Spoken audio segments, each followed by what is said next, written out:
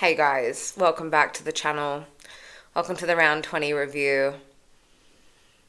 I don't need to tell you what happened at Marvel Stadium last night.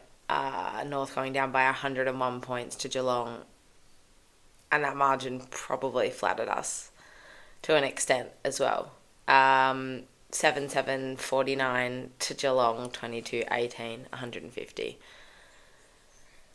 Oh boy, I did not think I would be back here again. But life has a funny way of testing your resilience at the best of times, and it is absolutely testing mine this morning. It is the day after the Geelong game. And I have to be completely honest with you guys, I have not really slept. I've been quite anxious thinking about what I would say to everyone this morning. I didn't not want to face the camera, obviously. We're all really hurting and we're all in this together. But it's sort of the first time since I've started the channel that I've actually been stumped for words and of what to say. I have the privilege of being a point of contact, a sounding board for so many North Melbourne fans across the country, across the world, at the game, after the game we message, we speak, and that's a responsibility I take really seriously, and I'm really proud that people feel that they can trust me to talk to me and vent their frustrations and confide in me about where they're feeling in terms of where the club's at in the game. And there's a lot of anger and unrest and unease amongst the fan base at the moment, and it's not hard to see why. I too share a lot of that disappointment and frustration and hurt and anger today. And it's not to say that I don't feel it on a week-to-week basis. I mean, since we beat Carlton, we haven't been within 6 goals of a side. So there's that. And I definitely think we're better than what we've put out on the park in the past 5 weeks. And I certainly think we're better than the performance last night at Marvel. But are we? Like, in my heart of hearts, I feel like this club is going somewhere. And in my heart of hearts, I have been really encouraged by some of the football that we've put out this season and some of the wins we've had and the almost wins we've had and the progression of some of the players and all of that sort of stuff. But are we closer than a few blowouts from some of the best sides in the competition? I don't know. Because this keeps happening year on year on year. And I don't know if last night was a reality check. I don't know if last night was one out of the box. But I've been trying to just make some sense of where we're at now, why it's so different from 2 months ago, and the way forward for the rest of the season and then into the off season and next year.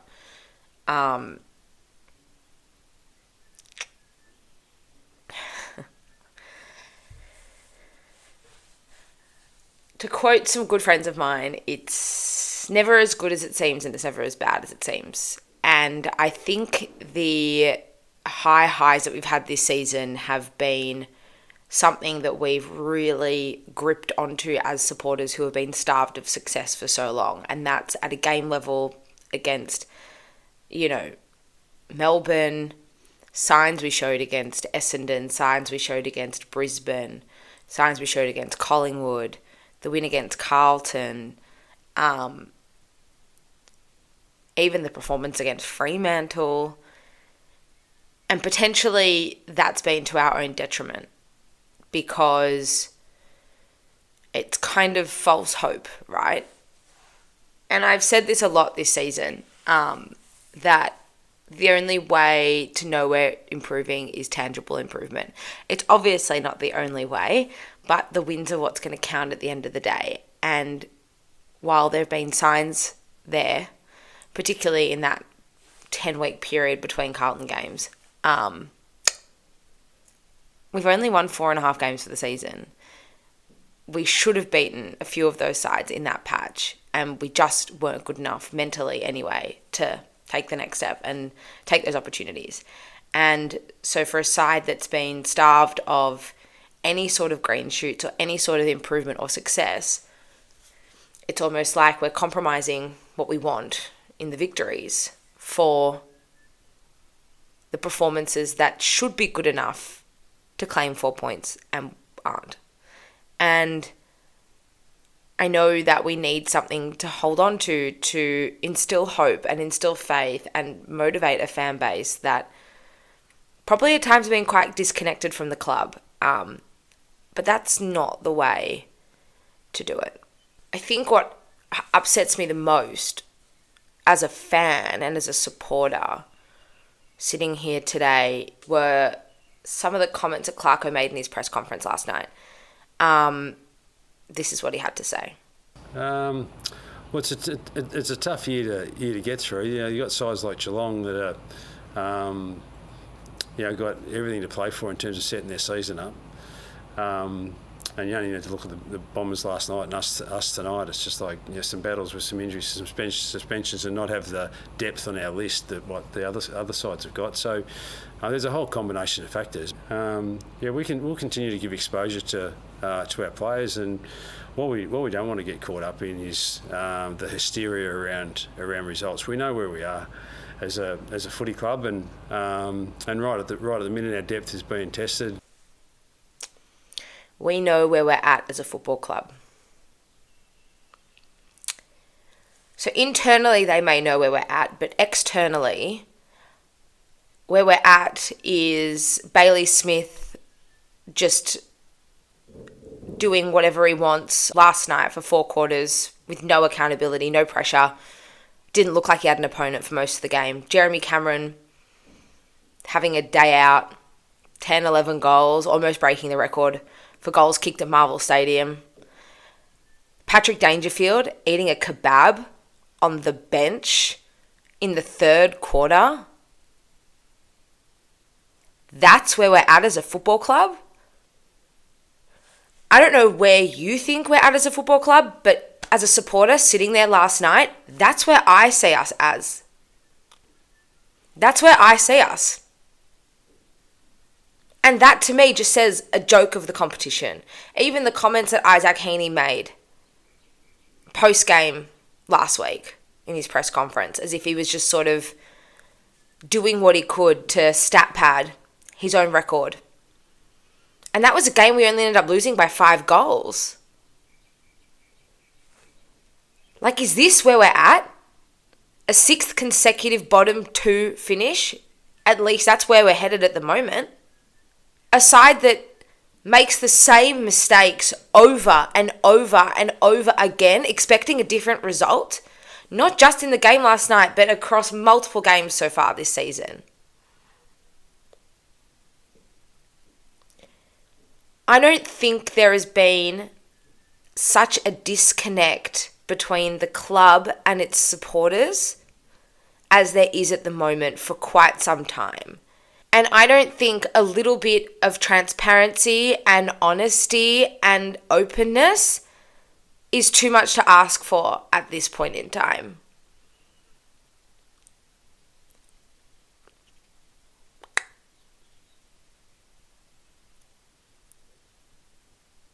Because the hysteria, I don't care about the hysteria from the media.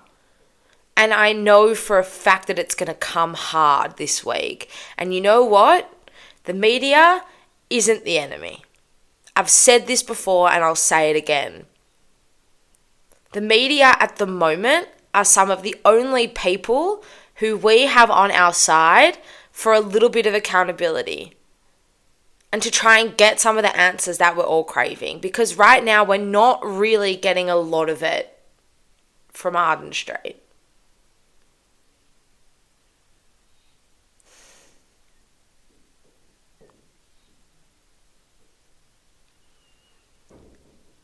As fans, we think we're owed something for our loyalty and for our unwavering support year in, year out.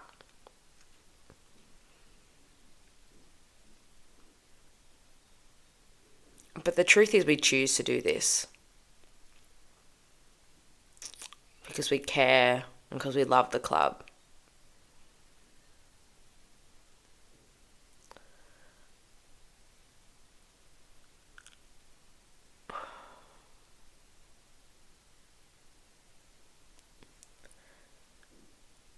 But that doesn't mean that we don't deserve a little bit of respect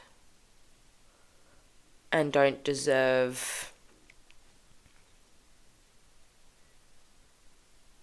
I don't know. We don't deserve this, is what I can tell you. And the hardest part is that there are still 2 what should be winnable games left of the season. And how on earth are we going to rally around for that St Kilda game? But it's definitely winnable. And I personally sure as hell won't accept anything that was on display last night.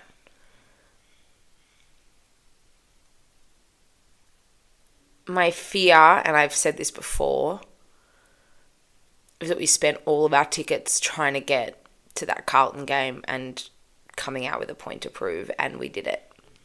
But the wheels have fallen off pretty quickly since then.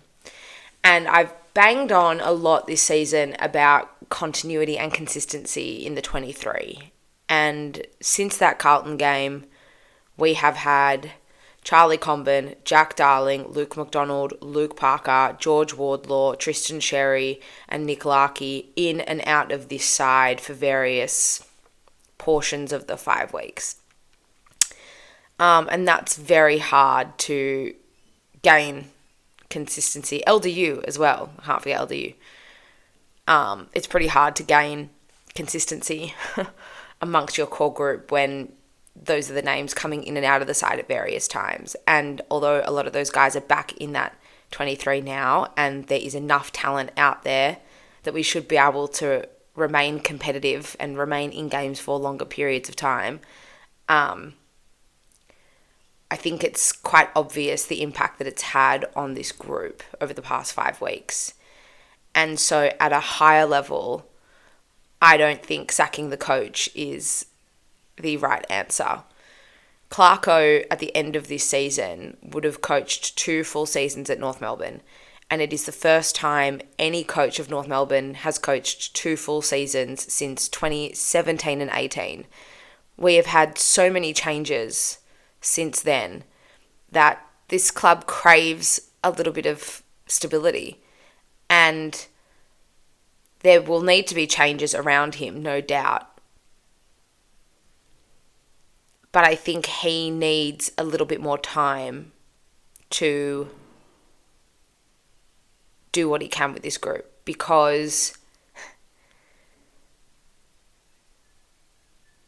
the reality is this is only his 3rd season in charge and his 2nd full season in charge. And what appears to the fans and the media as the longest rebuild in history has technically only been not even 2 full seasons with him in charge. And as fans, we've copped the brunt of bad mistakes and bad decisions made from long before Clarko's arrival at this football club.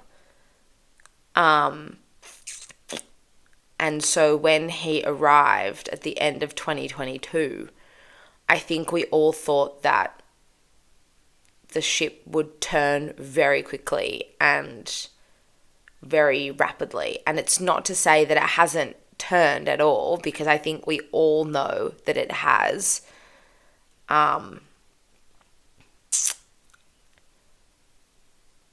But realistically, him as an individual probably needs a little bit more time to make magic happen, so to speak.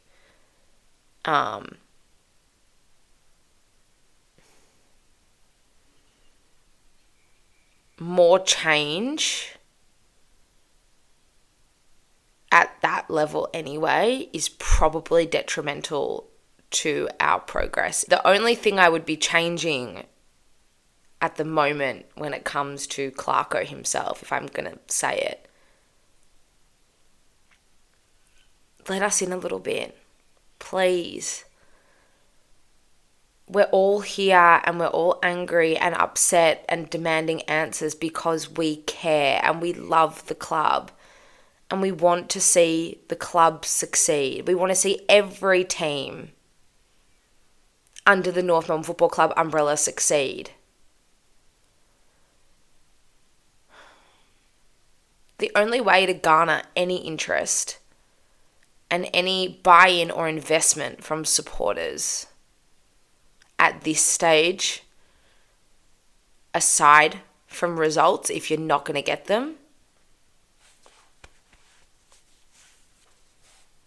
is showing a little bit of heart. Because heart and care is the reason why all of us, A, are so hurt, and B, keep rocking up every week. I stayed till the final siren last night. Maybe because I'm an idiot. But because I know if I'm not there, there's no chance this club's ever going to improve. I have to play my part. We all have to play our part as much as the players have to, and the coaching staff, and the admin staff, and everybody else behind the scenes. Do I begrudge anyone if they didn't come last night? No. Do I begrudge anyone if they don't come against St Kilda? No. Do I begrudge anyone if they don't come against Adelaide in round 24? No. Of course not. I can completely understand that people have had enough, and some people, their way of making a stand or expressing their hurt or disappointment is not going. And I do not hold that against you whatsoever. It's just not me. Speaking on the game itself, I mean, what would you... I don't know. The one thing we learned is that Charlie Comben should never play forward again. He had 8 intercept possessions in a quarter and a half last night when he made the move back to defence, and that was the most intercept possessions of any of our players last night who played in defence or across the game itself. Find another option up forward for the next 4 weeks if Nick Larkey's not coming back. Tristan Cherry will be back against the Giants. Bryn Teakle can play forward if needed. If we don't see Larkey, that is. I thought the forward line, despite the very, very limited options, and they were starved for opportunity, the main forwards anyway, put in a pretty good shift. I thought Jack Darling presented very, very well up the ground. He's really strong. Paul Curtis, Cam Zurha hit the scoreboard as we needed them to. As I mentioned, Bryn Teakle, I think he fought pretty well. He was okay last week against Grundy. He probably held his own, but I thought he actually presented nicely around the ground as well yesterday. I thought Zach Banch looked dangerous in patches, and I really felt for him in that first quarter because it was so obvious that when we were trying to leave defence, Geelong purposefully kept him open, knowing we would go there and knowing they would have someone to come over the top and take the mark. Like I said, insanity is doing the same thing over and over again and expecting a different result. It was just textbook from the Cats.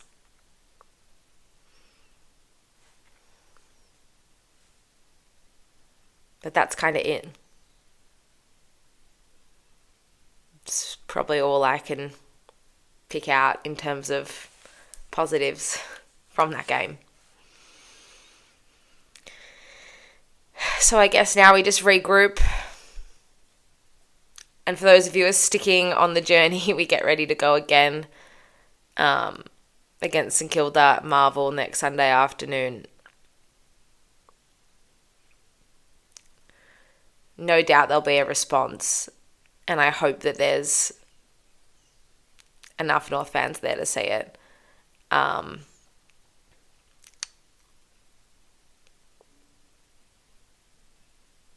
Yeah, I hope so. I've had my say. The floor is yours. Feel free to leave your thoughts in the comments below. I will do my best to read them all and get back to as many of you as possible, but it's as you can imagine, it's been a pretty testing few weeks, and I think a lot of us have hit tipping point over the past 24 hours. So at the very least, there's a space for you below to vent.